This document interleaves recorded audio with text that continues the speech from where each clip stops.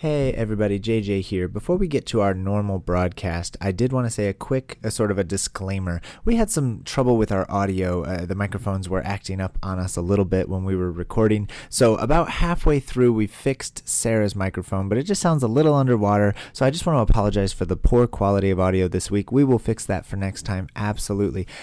We almost scrapped it and re-recorded, but we had such a good conversation. I didn't want to mess with that, especially the second half of our little time together. It was really good conversation talking about Christian celebrity and how as Christians we interact with fame. And so we hope you enjoy this episode. And again, just apologies for the slight dip in audio quality. We will fix that and be back to our normal sound quality next week.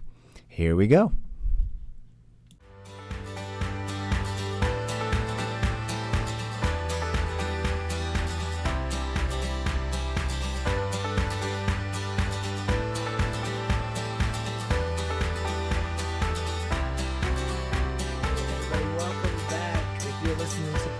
Wonderful intro music. It can only mean one thing.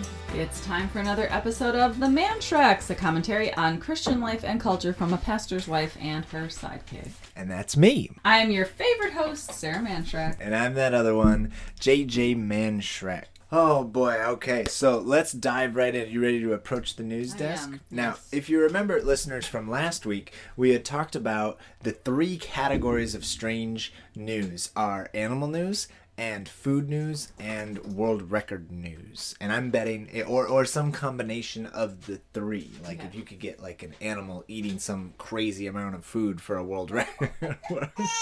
For a world record. I'm not sure this qualifies, but we'll see. So, if I told you there was something unusual raining down from the sky in a prominent American city, what would you guess was raining from the sky? Frogs. Frogs? Or something. I've heard of that happening. Really? Yeah, that has happened before. Where? Like, how, what?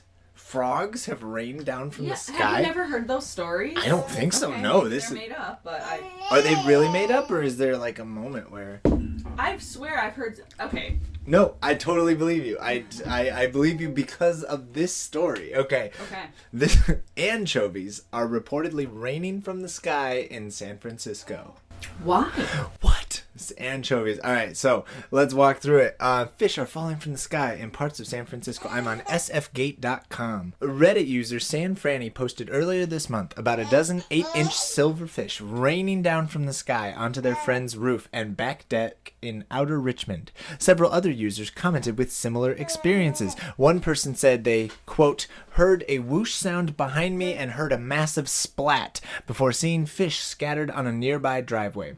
Another commented that they almost got hit by a fish while waiting for a bus. Whoa. Can you imagine just like you're sitting there and you're waiting for the bus and anchovies are falling from disgusting. the sky? I can't imagine, like, well, and just the smell of fish alone, like, I mean, that's a thing, but wow. Coming from the sky. Just so gross. A third person said they assumed, quote, a band of roving kids were doing a TikTok sardine throwing challenge on a roof somewhere. I mean, yeah, I guess that would be the most logical thing these days. The TikTok How sad is that the most logical explanation of fish coming from the sky is, it's probably TikTok.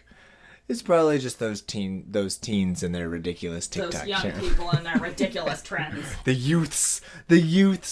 Local fishers and researchers are blaming seabirds that because of an explosion in the anchovy population off the coast of the Bay Area, they now have more fish than they know what to do with.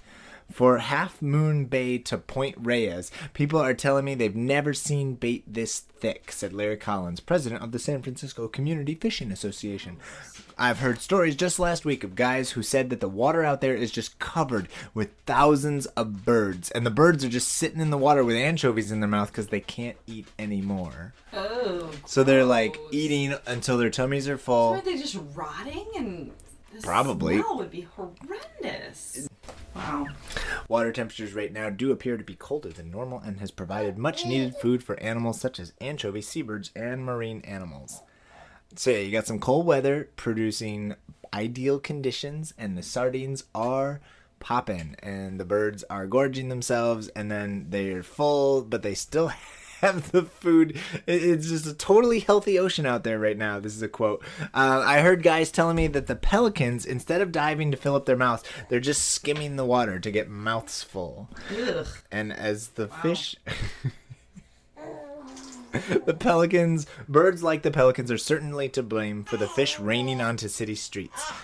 The anchovies are getting pretty big in numbers right now and are pretty close to the shore. So we're experiencing a lot of seabirds fishing and then flying back over the land. And on the way, wherever they're going, they sometimes drop fish. Wow, that would be even weirder than frogs.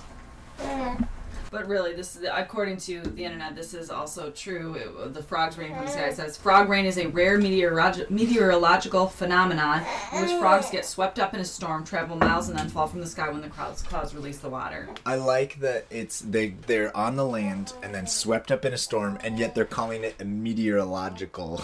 This one says, it says, they can get swept up due to updrafts, waterspouts, tornadoes, and other... precipitation. Tornado. So Frog. So it's like Sharknado, but with frogs. apparently it's happened in many places. It doesn't happen frequently, but they get swept up. But that's, yeah. I don't know. Fish is weird. Is even weirder. But I could see that the birds not having enough room for them. And they just eat. Especially something like a pelican, like skimming along, and they carry it. Yeah, they got the big mouth. They got all the fish. Well, just drop it off. And I'm sure, like, there must be some kind of instinct thing for the birds. They're like, well, I'm full, but I can't, like, not eat this fish that's right in front of me, so... Jeez. I'll just carry it around in my mouth. Yeah, that's so strange. I've never heard of that before. Oh, man, just bizarre. I thought that was so funny. Even Asher has something to say about I know, that. he's real chatty. Yeah, you're just a happy camper, aren't you? Question. Do you think that it would be a good idea to determine the leaders of our country by flipping a coin? Oh, that's a terrible idea. Well, what about, like, casting lots or rolling a dice to determine who gets to be the leaders in our country? I don't think that's a good idea. All right, so this story, I can't, believe this is thing. There is a tie in the Alabama GOP race, and it means that the winner will be selected by lot. Really? Yeah, there's an old school law on the books in Alabama. If primary comes out as a tie, they roll dice to determine who gets the primary slot.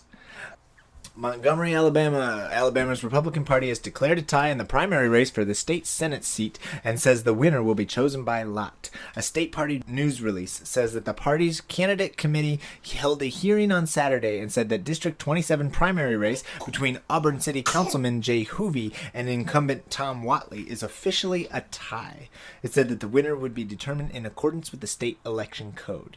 So the state's election code says, all right, if it's a complete tie, exactly the same totals, then we flip a coin.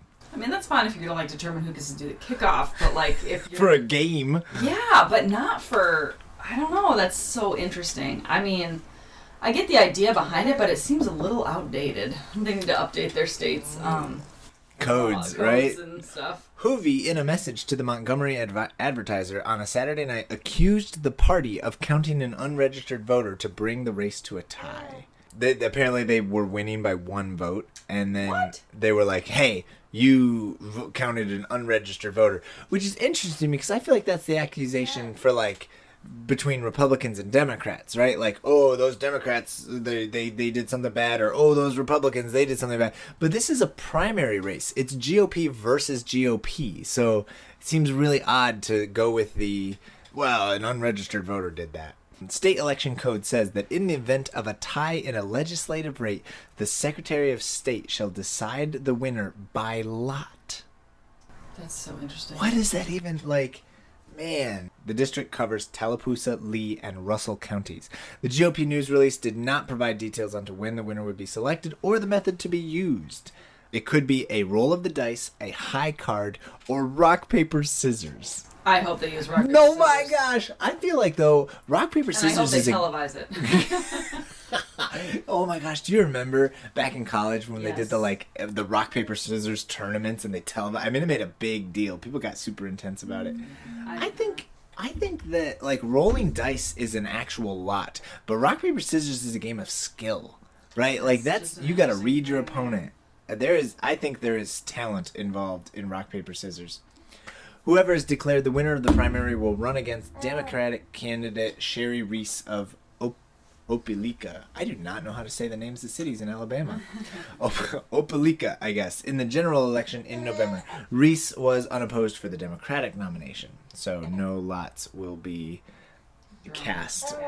So it got me thinking, like, okay, why is this law on the books, right? Like, why are they casting lots? And I realized there's a historical tradition that actually goes back to biblical times of choosing leaders through casting of sacred lots.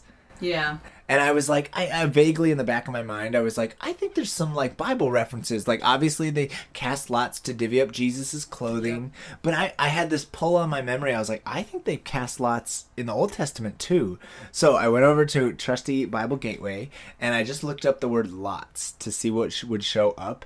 35 different times in the Bible they reference the casting of sacred lots. Leviticus 16:8, Numbers 27:21, Deuteronomy 33:8, Joshua 14:2. I mean, it's all over the Old Testament. There is a historical tradition dating back thousands of years of casting sacred lots to make major decisions. Yeah, I mean, I guess you could see it. It's the most like equal way to do things, unbiased, I guess. So my question to you is, we believe in a sovereign God who is in control of all things, right? And so I guess would you ever be comfortable like using lots like real world? To actually make decisions in your life or in politics, or it's like, on the one hand, I don't know. I don't know. I feel like if I've exhausted all other efforts or ways of decision making, maybe, but maybe as the final last absolute last resort. Because I would never be like, well, okay, we're gonna, do this thing. Well, how do we decide? Well, I don't know. Let's flip a coin. I don't know. I don't know. It's so interesting to me because technically, there's nothing wrong with it. We should actually be totally good with it. It's like, well, yeah, God is sovereign, but it's just such an interesting thing. And I'm really curious, and I might have to do a little research. I'm very curious about all right, what did the casting of sacred lots look like in the Old Testament? What does that mean? Did they, a little more research into it? Roll dice? Yeah. And it seems to be that most of, I'm just scanning this list here, most of the incidences of casting sacred lots were about divvying up land. Oh, okay. They got the tribes, and they're they cast lots to see who gets which plot of land. Okay. That's pretty common. That's all the Joshua references and some of the Deuteronomy references. But then there's that story, and I forgot about this story, but I'm remembering it now that I'm looking at it. In 1 Samuel chapter 14, Saul, he's so chapter 14 verse 41, then Saul prayed, "O Lord God of Israel, please show us who is guilty and who is innocent." And they cast sacred lots. Yeah, do you remember that? Right? And Jonathan and Saul were chosen as the guilty ones, and the people were declared innocent. Mm-hmm. They used the casting of lots to determine guilt. Yeah. Like in a trial. Right? Yeah, I'm trying to... It seems... It is just a practice that Christianity is kind of left behind. We do not do that anymore. I've never heard of... Well, actually, technically, in our Book of Discipline... I'm not allowed to cast lots? No, you can. You can. Really? It's the way we decide votes if it's a tie. There's so the the bishop. same idea. Yeah, bishop will cast lots. Yep. I remember he referenced that at our last meeting. Just bizarre, though, That's right? very strange, yeah. I don't know why I'm so uncomfortable with it, because like I said, I do believe in the sovereignty. It's just I don't know what it is about the vibe of gambling. It's just that's, like a maybe gamble. That's what it is. My whole life we grew up with gambling is, it's a tax on the poor, and it's oppressive, and it doesn't help people, and I've always taught that, and casting lots is so close to, it feels like it's close to gambling. Oh, Yeah. It has that riskiness vibe, I don't know. I don't know. It got me thinking. I was just because the reason it's... I've never heard of that, though. Yeah, they're actually going to decide a GOP race with the casting of lots. That sounds very interesting. And at first you roll your eyes, you're like, oh, that's the dumbest thing ever. But then you look and it's like, well, okay, maybe there is old school biblical precedent for this. And Wow. would you be comfortable deciding the president in 2024 by the casting? No, I You're don't. shaking your head before I even finished talking. Is that like a trump card situation? Ah! Ooh, that's pun play on words right there. I like that. Oh man, I don't know. I thought that was a fascinating story. So we got fish falling from the sky and casting lots to decide our leaders. Oof, Which, boy, that's something. very much so. All right, I'll tell you what. Next time we go out to eat, I'll like figure out how they used to cast lots in the Old Testament, and we'll cast lots to determine where we go to eat, and we'll see how that works. And if we get Yeah. Yeah, okay. just Let's try that. All right, you ready to go to sponsors of your life? Sure.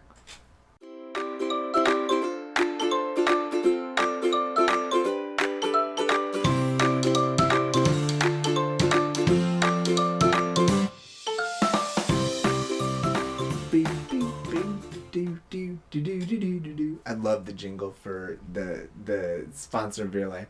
Oh, it's so good. All right, what's sponsor in your life today? Our Flint Farmers Market. Ooh, okay. I took the boys last week, and I'm always overwhelmed by how many options there are there and how great the different vendors are. But yeah, I don't know. I'm really trying to be better about sourcing our food products in a more responsible way, and so knowing where our meat is coming from and what's in it / where our vendors are at, and as far as how they raise their animals has been really helpful. So I don't know, we went to the Flint Farmers Market and I just appreciated that all over again, because there's some really good vendors with really good stuff, and yeah, it's a good place. Yeah, I love farmers markets just in general. That's another thing that's like, it feels new. It's like a millennial, that's what all the millennials do. We go to the farmers market. But that's been around forever. That's what I'm saying. They've been around Before grocery stores, they were. It's like all the teenagers nowadays like claiming high-waisted jeans and bell bottoms and stuff. It's like, oh no, those are the fashions of the 90s that you're just rocking now. We get to see all the fashion. What was it earlier that I said? There was a 90s trend that I was like... The dangling yes. earring. I'm calling it right now. The dangling earring is going to make a reappearance in the next couple of years. For men, is that what you're saying? Yes, men. like a big music star is going to have the dangling earring in the next 2 years. This is my effort at becoming a prophet right there. A prophet?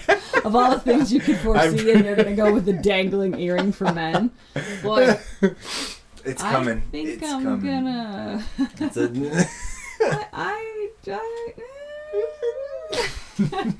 Okay. All right. That's your prophecy. What is your sponsor, JJ? Yeah, you know what? Actually, okay. So, what's sponsoring my life is a TV show that we've been watching recently. Is the Stranger Things season finale has been a sponsor. I thought you were going to say that Is It Cake show. Yeah. And I was like, really? That's what you're choosing? I like the Is It Cake show. I do, but most of that show is not necessary. They could cut out everything except for them cutting into the objects to show whether or not they're cake. Exactly. For those who haven't seen it, Is It Cake is a TV show where they make stuff like a purse or a toy or a whatever. A shoe. And a shoe, and then they're like, is it? And then you hold up two and you have to guess which one is cake and which one's the thing. And the show is like, what, half hour, 45-minute episodes. But it's like, just give me the 5 seconds where he puts the knife on the thing, and that's all I care about. Like the whole... I do like where they're baking the cakes and they show like their process. It's true. It's artwork. I mean, it's really... There's a lot of unnecessary like host dialogue and time wasted and asking ridiculous you just don't like questions. That host guy. I don't like the host guy. It's very clear why they rotate judges, but anyways, yes, Stranger Things. So not that show. Not that show. Stranger Things season finale came out last week. And the season 4. This season was a bit much. Yeah, for me. It wasn't my favorite, but a little too gory. It was a very lot gory. Yeah. I almost didn't keep watching it. Yeah, they definitely leaned into like the horror movie stuff. But the reason I'm giving it a shout out is because it pulled me in. It was like one of those things that if you're into kind of scary movies and stuff and you're okay with a little gore, and I mean it was pretty intense. Yeah. But it was so like it was one of those things where they were really long episodes. The final 2 episodes like gives a you movie. 4 hours, right? It was an hour and a half and then 2 hours. 2.5 hours. Yeah, right, for that last episode. But, like, I was glued to the screen. And I think that that's sort of a sign that there's really well-made, content, is if you're like, oh my goodness, I'm really excited to find out what happens next. Well, and then I was all faked out because you were like, this is the end of the series. And I'm sitting here going, we have 20 minutes left. How are they going to tie up all these loose ends? Like, what is happening right now? And I was expecting some people to die, and they did not. And so I'm thinking, oh, okay. What's happening? But anyways. Yeah. No, yeah, I did. I thought that they were done with this season. I thought it was the end of the whole series. But as we got closer and closer to the end, it became obvious, they've got another season coming. Which is good, because I'm excited. I did enjoy this season. It was very, like you said, gory, leaned into a lot of the horror movie tropes. But they've it measures up. It's a continuing and making more intense and already pretty epic series. And so, yeah, that was, we watched that last weekend, and it was crazy, but really intense. So that was the sponsor of my life this week. It's pretty good. I'm kind of like, the sponsor of my life segment it's really just giving me what am I thankful for? Like, what am I enjoying in life? And it's like, what do I thankful for? Thanks God for Stranger Things. Okay. Hey, that's okay to say. Thanks, Couch, for letting me sit on you for 4.5 hours and binge watch some Netflix. That was pretty intense. Oh, man. All right, so I have a brand new segment to finish us off here. This is a new segment called Celebrity Christian, Christian Celebrity. In our world, especially in the American church, there is an odd phenomenon. We have such a unique relationship with fame as Christians, because Christians, pretty much most of Jesus's teachings were like, be humble, don't pursue fame, not about you, live for others, sacrificial love, like all that kind of stuff. And yet we have this obsession in our culture with people who are a big deal. Yeah. We like to take people and make them a big deal. And so I'm going to make a distinction as we go. These are 2 different things, Christian celebrities and celebrity Christians, right? So a Christian celebrity is a prominent Christian who has achieved celebrity status in the Christian world. So I'm like a Christian... Can you give me an example of a Christian celebrity? Yeah, a Christian celebrity would be like Tim Keller. Extremely famous pastor, very, very good. Francis Chan, Beth Moore. These are big names, but only big names in the religious world. They are famous for their work as a Christian. They are not famous outside of the Christian world. Outside the Christian world has never heard of these people, right? Oh. Yeah, so a Christian celebrity. Now, a celebrity Christian... I'm going to flip the words and make it mean something different, right? A celebrity Christian is a celebrity who comes out as a Christian or does something remotely Christian, and everybody loses their mind. Look, they're a Christian, right? That's not why they're famous. That's not what they're known for, but they become this, icon. Pseudo-Christian type of...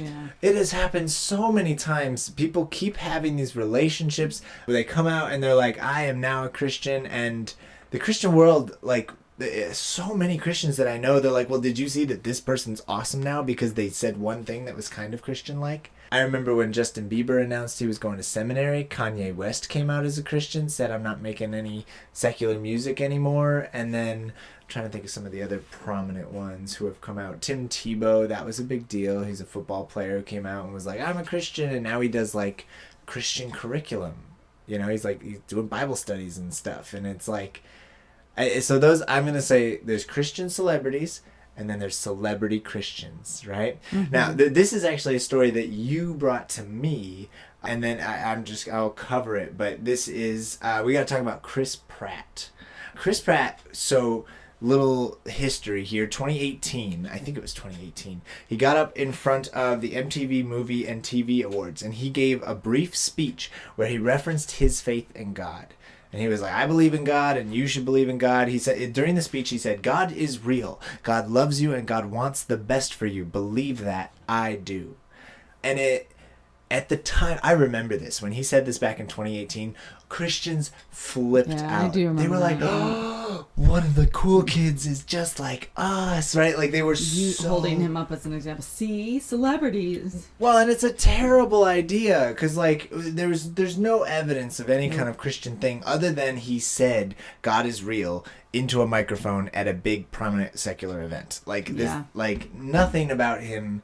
And I'm not discounting it. He could be this wonderful Christian, but in Hollywood, being a Christian is not the greatest PR move, right? Like that does not help you to be famous in Hollywood. And so so that was 2018, right?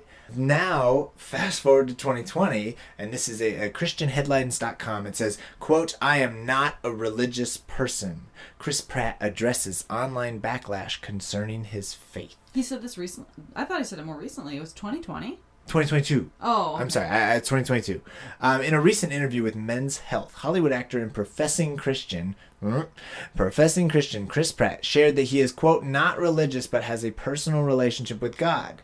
Pratt, who recently starred in the movie Jurassic World Dominion, told the publication that he believes the criticism he received over his Christian beliefs stem from his speech at the 2018 MTV Movie and TV Awards. So, in retrospect, Pratt told Men's Health that he is unsure if his remarks touched anyone. He added that he doesn't consider himself a religious person despite believing in God. Huh. And it's fascinating because he does this thing where he gets on stage and he says, "I believe in God and I think you should too." And Christians got all overly excited. But then now he's saying, whoa, wait. Back. I'm not a Christian. And Y'all just read into my words too much. well, and the actual interview, if you read it, there's There's different. a lot of expletives. There are The one that I lots read. of expletives. Yeah. It's a religion, quote, religion has been oppressive as F for a long time. I didn't know that I would kind of become the face of religion when really I'm not a religious person. He really does lump together religion and church and like all that stuff is kind of one problematic thing. He doesn't. Yeah, it's a very interesting statement that he makes. Well, and what it's fascinating to me is that he hangs on to the idea that there is something out there, but he throws out any kind of institution. Yeah. You know, he just lumps it, well, all the institution stuff, that's where all the evil comes from. He actually has this quote, so he says, "I think there's a distinction between being religious, which is adhering to the customs created by man, oftentimes appropriating the awe reserved for what I believe is a very real God, and using it to control people, to take money from people, to abuse children, to steal land, to justify hatred, whatever it is," Pratt explained. "The evil that's in the heart of every single man has glommed onto the back of religion and come along for the ride." I thought it was really interesting comment because basically Yeah. all the bad stuff, like basically the institution is evil. Is Yeah. what, you know, he's like, and there's a lot of stories that kind of back him up, you know? I would say that popular media loves to point out all the hypocrisies and all the bad things about Christian religion. Yeah, that's true. Well, and you and I grew up in the church, and we had like really positive experiences. I've never witnessed personally any kind of abuse or financial, stealing or embezzling or anything like that. Like we've always been in churches that have been run ethically and honestly, That's and true. and so we've had really positive. Yeah. Our experience might be apparent, according to some, like a rare occurrence. you know? Yeah. What's interesting here is that Pratt also shot down the claim that he attended Hillsong Church, which is the center of a controversy for some time because of the church's stance on same-sex marriage. The 43-year-old shared that he attends Zoe Church, which is pastored by Chad Veach in Los Angeles, California, and that he once attended a Catholic church for the baptism of his daughter Lila. So he is saying, I never went to Hillsong. Okay. Which is interesting because you remember that Hillsong article. I mean, we talked about this a couple episodes ago. It was like, Chris Pratt's one of those famous people that goes to Hillsong, Yeah, right? I do Like remember with Justin that. Bieber and one of the Jenners or whatever, And it was just, it's fascinating the way he's just trying to like distance himself from any kind of organized religion. It's not benefiting him now, so why would you? Well, there's that. And so I just think there's a real danger when people get so excited about these Christian celebrities. It really I find it interesting because so many Christians, especially really conservative Christians, spend so much time pushing back on how evil Hollywood is. But then a lot of people, the minute that a celebrity seems to think that, oh no, I'm actually Christian, suddenly it's like they're oh, you're poster amazing! child. What a wonderful! Oh and my it's gosh! like, didn't you just have a problem with so worldly? All the worldliness Hollywood of Hollywood. evil. They're evil. They're so all. And then suddenly it's like, this is our poster child. Christians exist in Hollywood. And it's like, I don't think so. Well, and actually, okay, so check this out. I went looking because I was very curious about this story. So in October 22nd of 2020, smartfaith.net, which is it looks like it's a very conservative website. I don't really know anything about this website. But they post a story called Chris Pratt Flamed for His Faith. And basically, they hold up Chris Pratt as this amazing Christian man who is being attacked for his religious beliefs. I'm sorry. It took them. So they went from 2 years of he's not. Nobody knows he's a Christian. Nothing about him is Christian. Like that's not part of his identity. 2018, he says, "Hey, I think God is real and God is good, and you should know about God." In one little speech. To now, and suddenly he's our martyr for the faith. He's a hero for the faith, and anything anyone says against him. You have some problems if you think that he's a hero for the faith. Listen. I struggle. Oh man, well, and to me, it really points out that like these celebrity Christians, right? They are props in this narrative that we're trying to. That's this just PR that, all narrative. that is an article to incite people's anger over Christians oppression of being religion. attacked. Yep, I'm sorry, but I mean, Christians have always been, oppressed for their, beliefs, but in America, hardly. Well, and that's something. And also, let's be real, he's a celebrity. He's gonna say whatever gets him some good PR. Yep. So let me just read you this first paragraph because it's terrible. It's starting to happen. Now the cancel culture mob are turning their poisonous fangs towards prominent figures whose only crime is that they are Christians. No, he's not. I'm sorry, Christians are also guilty of cancel culture. Oh my gosh, of course we here. are. This week, a social media campaign has erupted, calling on Hollywood to stop working with Chris Pratt. Why? Because they believe he is a, quote, conservative Trump and a, quote, Bible pusher. It all started when Chris didn't attend a Joe Biden fundraiser with his fellow Avengers cast. The leftist cancel culture mob on Twitter began piling on, claiming that his absence was, quote, evidence of his secret support of President Donald Trump. They mounted a scathing attack on him, taking particular offense at Chris's Christian faith. They pointed to his membership of the conservative church, which he regularly attends, and began saying he's got to go. Regularly attends? Yeah, where did you get this information? Yeah, where are you getting that? And clearly he debunks it in that I would love to see what this website is saying now. They probably just take down this article quietly and then just hope that we all why would forget you about admit? it. I just, like, they never, and it's like, this guy... He believes something is out there, right? He believes in the divine, but he is accessing it through purely personal means. Like, I'm just going to interact with what's out there in whatever way I feel like it. And you're really just creating an idol. You create a God shaped in your own image based on what you like. And that's not really what's out there. Well, and that's why we don't need to hold up celebrities as any kind of example as far as that goes. Like, I just think it's a really bad idea to jump on the bandwagon of, I like this person because they said something pseudo-religious, sort of Christian, and that makes them amazing in my eyes. So now they're a shining example. Yeah, no, right? not. Chris Pratt can be funny for his comedian, roles as Andy in Parks and Rec. He can be awesome as the guy from Jurassic World or whatever. He has done so many movies now. I mean, he's a really big deal. The Marvel movies with Guardians of the Galaxy, all that stuff. But, like, you can like someone for their acting and all that stuff without getting, oh, he's a Christian. Like, this is extra bonus points. I like him even more. And it's a bad idea. It's not exactly like, even if he were like a shining Christian, like he'd be winning souls for Christ. What is he doing? He's not. I mean, he's not trying at all. Oh, look, you could be cool. Chris Pratt, he's a cool actor, and he's a Christian. Let's all emulate him. What? I'm kind of souring on the whole. Well, okay, so two comments here. First, I think trying to make Jesus cool has been like one of the silliest efforts of American evangelicalism. Like, it kind of we always end up looking doofy every time Jesus was the epitome and example of anti-cool. Like it's very clear cool Jesus's goal was not to be cool. So to try to make him cool is like it's just ridiculous. I honestly don't understand it. It's a bizarre thing. So the second piece of it, though, I'm really wondering. So think about the teachings of Jesus and the things that he taught and the lifestyle he urges us to lead. Can you be like a prominent, famous, extremely I don't think wealthy? we should be famous as Christians. At Yeah, all. I think nothing. If anything, if any example has showed us, is that literally you will start to become the just opposite of what God wants for your life when you start to become famous, because you get in your own head. Oh yeah. And then it all goes downhill from there. You start to make excuses for yourself, and you start to, those lines start to blur, and it's like, well, I'm famous, and then you start to get in your head and think, oh, I'm famous because of me. It's all me.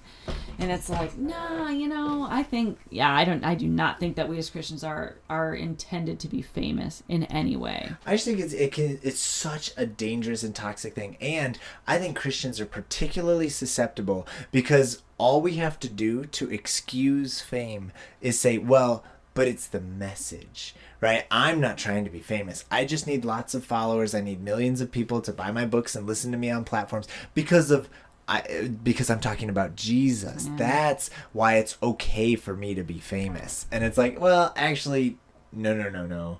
But I mean, that is how we have justified Christian celebrities, not celebrity Christians, but Christian celebrities. We have all these people who are amazing, wonderful teachers, but we elevate them.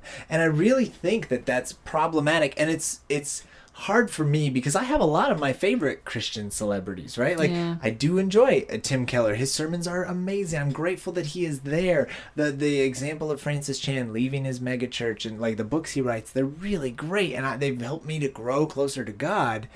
But I just kind of think that it's dangerous to have any kind of platform above a certain level. For a Christian, it's toxic to our souls. Like, it really, it's just not good for us at any level. And I don't know. I just wonder if, like, if we should just, like, cap things and say, okay, you're not allowed to have any more attention. Like, stop. I don't know what the answer is, but I know that our culture is... It can become a stumbling block for sure. Christian celebrity Christian, I think is a fascinating thing, and I think it could come up quite a bit because this is just something I'm just starting to flesh out these ideas of like, I'm getting to a place where I think, boy, I'm not sure that Christians are ever supposed to be famous. Yeah, I firmly believe no. It can't be good for us. Like, I've just never seen it really be good. I mean, let's just take Jesus' example, and whenever the crowds were becoming too overbearing, he just runs away to the wilderness. Yeah. He found a quiet area where he could be away from all the people, and that's where you just talk to God.